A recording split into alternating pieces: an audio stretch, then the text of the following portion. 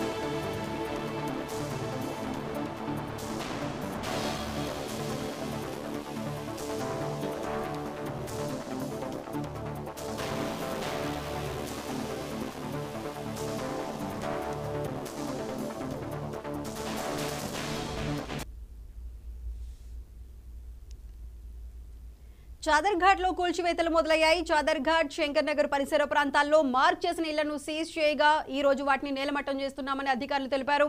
ఇప్పటికే ఆ గృహాల్లో నివసిస్తున్న వారందరికీ కూడా సైదాబాద్ తదితర ప్రాంతాల్లో డబుల్ బెడ్రూమ్ ఇల్లు కేటాయించామని వారు చెప్పారు. అయితే ఇళ్ల కూల్చివేతల నేపథ్యంలో శంకర్ నగర్ లో టెన్షన్ వాతావరణం నెలకొంది. అక్కడ భారీగా పోలీసులు కూడా మోహరించారు. దీనికి సంబంధించి మరింత సమాచారం మా రీజనల్ కోఆర్డినేటర్ రాజ్ కుమార్ అందిస్తారు. రాజ్ కుమార్, చెప్పండి, ప్రస్తుతం అక్కడ పరిస్థితి ఏ విధంగా ఉంది?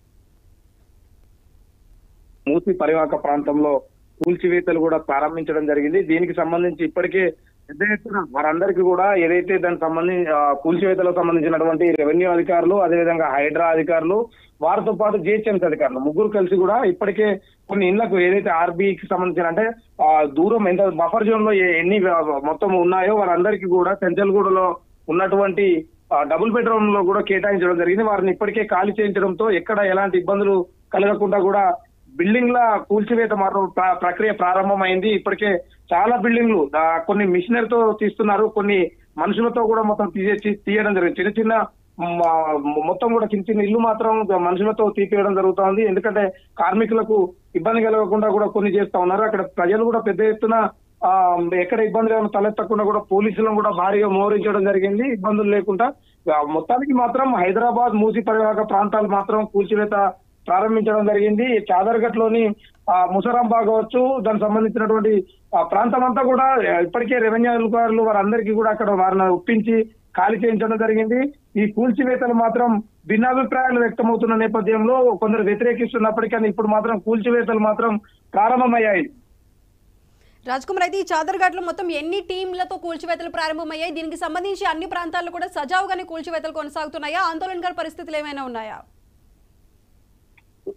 ఇది మొత్తానికి మాత్రం ఈ రోజు మాత్రం ఏదైతే ఆ చాదర్గఢ్ సంబంధించినటువంటి ప్రాంతంలో ముసరాంబాగ్ కావచ్చు, అదే విధంగా చాదర్గఢ్ లోని ఈ ముసరాంబాగ్ దీనికి సంబంధించినటువంటి ఈ ప్రాంతాలు మాత్రమే చేస్తా ఉన్నారు.